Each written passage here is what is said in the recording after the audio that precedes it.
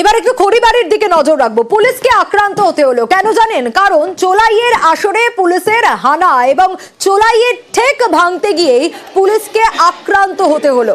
কেন এরকম পরিস্থিতি তৈরি হলো বিশ্বজিতের কাছ থেকে জানবো।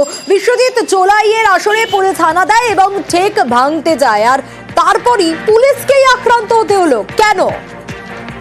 দেখো, একেবারেই পুলিশ বাজার দিয়ে যায়। মূলত পুলিশের কাছে খবর আসে যে বাংলা বিহার সীমান্তের এই খড়িবাড়ি ডাঙ্গুজোর, যেখানে কিন্তু বেদার চোলাই মদের আসর বসছিল এবং সেটি এক দুদিন নয়, বেশ কিছুদিন ধরে কিন্তু এই চোলাই মদের আসর বসছিল।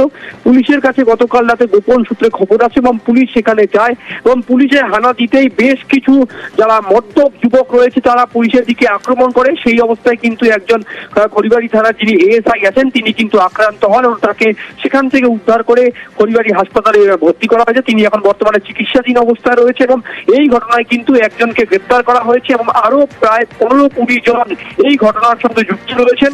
মূলত যাকে গ্রেপ্তার করা হয়েছে তাকে আজকে শিলিগুড়ি মহকুমাতে তোলা হয়েছে এবং সেখান থেকে তাকে রিমান্ডে নিয়ে কিন্তু এই ঘটনার সঙ্গে আরো কারা যুক্ত, কিভাবে এই চোলাই মদ বিক্রি হতো, কোনো সীমান্ত এলাকায় চোলাই মদ কিভাবে আসতো, যেহেতু বিহারে পুরোপুরি মদ নিষিদ্ধ, তাই এখান থেকে কি বিহারের যুবকরা মদ কিনতে আসতো কিনা সেখানে কিন্তু পুলিশ নিশ্চিত করতে ঘটনা তদন্ত শুরু করেছে। ইতিমধ্যে হৃদকে শিলিগুড়ি মহকুমাতে তোলা হয়েছে এবং তাকে রিমান্ডে এনে কিন্তু গোটা ঘটনা তদন্ত শুরু করবে। বেশ বিশ্বজিৎ, আমরা নজর রেখেছি চোলাইয়ের ঠেক ভাঙতে গিয়ে পুলিশকে আক্রান্ত হতে হয় খড়িবাড়িতে। চোলাইয়ের আসরে পুলিশের হানা আর পুলিশের সঙ্গে রীতিমতো মত্তদের হাতাহাতি, আর তাদের মারেই জখম খড়িবাড়ির এএসআই। পুলিশকে মারধরের ঘটনায় একজনকে গ্রেপ্তার করা হয়েছে।